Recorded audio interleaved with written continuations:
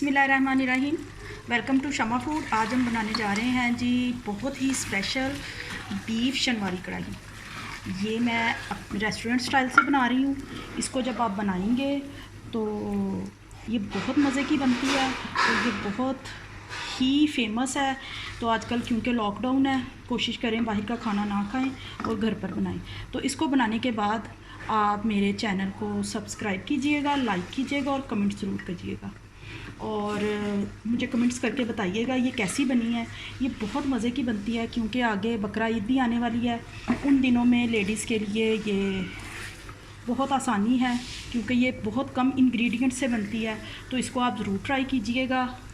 तो इसके साथ ही हम चलते हैं अपनी इंग्रेडिएंट्स की तरफ।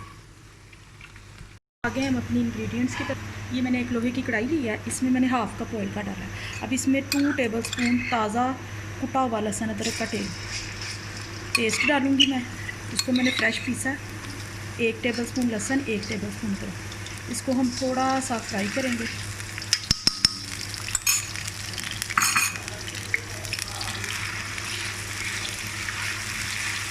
दो से 3 मिनट के लिए इसको फ्राई करूँगी मैं।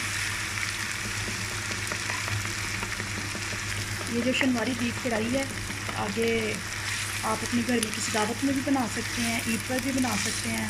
और वैसे भी बकरा ईद आने वाली है, आप उस पर भी बना सकते हैं। लेडीज़ के लिए बहुत आसानी होगी क्योंकि ये बहुत कम मसालों से और जल्दी बन जाती है। आप देख सकते हैं कि लहसुन अदरक जो है तो काफ़ी हद तक भून चुका है। 2 मिनट हो गए हैं। अब इसमें हम शामिल करेंगे बीफ मैंने 1 किलो लिया है। ये देखिए, बीफ मैंने लिया 1 किलो हड्डी वाला। इसको अच्छे से मैंने धो के टोकरी में डाल दिया ताकि इसका पानी जो है वो ड्रेन हो जाए। अब ये इसमें जाएगा।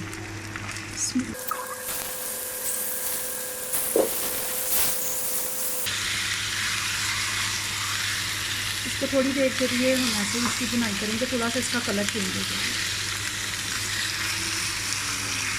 गोश्त जो है इसका कलर चेंज हो गया। अब इसमें हम डालेंगे इस तेल को टमाटर तकरीबन इसमें 7 से 8 अदद जाएंगे। इसमें टमाटर जाते हैं ज़्यादा। ये बहुत मज़े की बनती है और बहुत कम इंग्रेडिएंट से बनती है और बहुत जल्दी बन जाती है। बस क्योंकि ये बड़ा गोश्त है, इसको गलाने में थोड़ा सा टाइम लगता है। टमाटरों को ऐसे लगा के अब मैं इसको कवर कर दूँगी ताकि टमाटर जो है वो गल जाए। ये आप देख सकते हैं कि टमाटर जो हमारे अच्छे से गल चुके हैं और गोश्त ने जो है काफ़ी पानी छोड़ दिया है। अब हम टमाटरों के छिलके अलग कर लेंगे।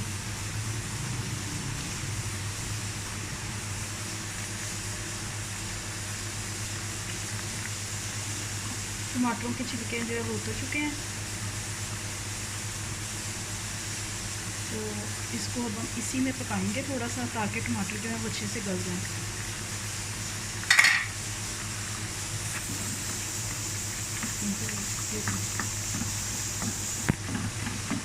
जी, तो यहाँ मैं इस स्टेज पर 1 टेबलस्पून डालूँगी नमक का क्योंकि आप देख सकते हैं गोश्त ने काफ़ी ज़्यादा पानी छोड़ दिया टमाटरों ने और गोश्त ने। अब यहाँ पे जाएगा जी ½ टीस्पून हल्दी। तो इसमें इसके साथ ही मैं 1 गिलास पानी का ऐड करूँगी और इसको हम 1 घंटे के लिए भून जाएंगे। ये देख सकते हैं नाज़रीन के ये जो पानी है गोश्त ने और टमाटरों ने काफ़ी हद छोड़ दिया। इसमें तकरीबन 1 से 1.5 गिलास पानी का मौजूद है। इसमें मैं 1 गिलास और पानी का डालूँगी और इसको हम 40 मिनट के लिए इसी तरह हल्की आंच पर छोड़ देंगे ताकि गोश्त जो है वो अच्छे से गल जाए। तो मिलते हैं हम 40 मिनट के बाद। बिस्मिल्लाहिर्रहमानिर्रहीम। ये देखें, अभी थोड़ा सा इसमें हल्का सा पानी है। कढ़ाई जो है वो हमारी तकरीबन तैयार है। ये देख सकते हैं आप कि गोश्त जो है वो गल चुका है। गोश्त जो है ये देखें अच्छे से गल चुका है। इसमें अभी भी थोड़ा सा पानी है। अब इस स्टेज में इसमें हम डालेंगे जी दही। जी, तो आप देख सकते हैं अब ये भुनाई पर आ रहा है। इसका पानी काफ़ी हद तक ड्राई हो चुका है। गोश्त जो है वो अच्छे से गल चुका है। अब यहाँ इसमें हम डालेंगे जी हाफ प्याली जो है वो दही।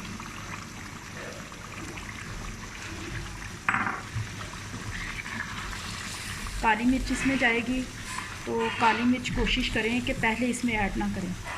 काली मिर्च जो है वो हमेशा एंड पर डालें, क्योंकि पहले डालने से इसको ज़्यादा देर पकाना पड़ता है बीफ को, तो वो जो कढ़ाई है वो आपकी ब्लैक हो जाती है।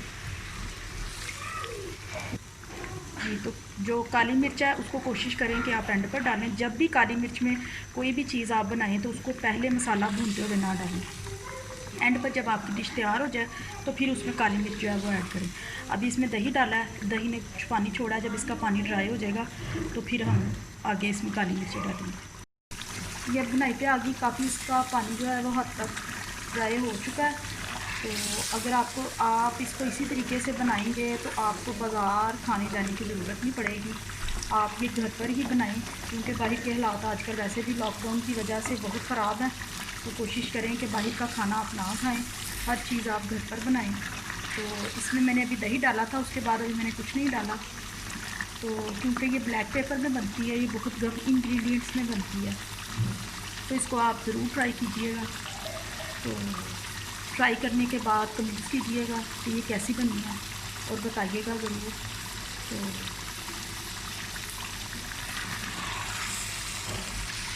जी व्यूअर्स, तो आप देख सकते हैं कढ़ाई में घी छोड़ दिया है, इसमें मैंने सिर्फ मिर्च नहीं डाली। ये जो रेड सा कलर आ रहा है ये टमाटरों का है। तो इसमें अब जाएगा जी 1 टेबल स्पून ज़ीरा पाउडर, भुना हुआ और मोटा मोटा सा कुटा हुआ। और इसमें हाफ टेबल स्पून मैंने डाला है ब्लैक पेपर। अगर आप चाहें तो आप अपने टेस्ट के अकॉर्डिंग ज़्यादा भी डाल सकते हैं, क्योंकि ये घर की कुटी हुई मिर्च है, ये बाज़ारी नहीं है बारीक वाली, ये दरदरी सी कुटी हुई है। तो ये इसमें जाएगी। अब इसको हम भूनेंगे थोड़ी देर। अब इस स्टेज पे इसमें हम डालेंगे जी सब्ज़ मिर्चें, स्लाइस में कटी हुई तकरीबन 4 से 5 मिर्चें, ये इसमें जाएंगी। ये बहुत ही मज़े का बनता है और इसको आप ज़रूर ट्राई कीजिएगा। मेरे घर पर तो इसको बहुत पसंद किया जाता है, मेरे बच्चे, क्योंकि इसमें ब्लैक पेपर होता है और ब्लैक पेपर का खाना जो है वो वैसे भी मेरे घर में जो है बहुत ज़्यादा लाइक किया जाता है। तो इसको आप ज़रूर बनाइएगा। इसमें मैंने चंद स्लाइस जो हैं अदरक के डाले हैं।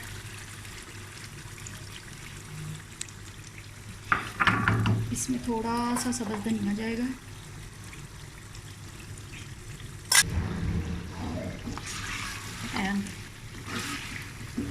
तो ये हमारी शनवारी बीफ कढ़ाई रेडी है।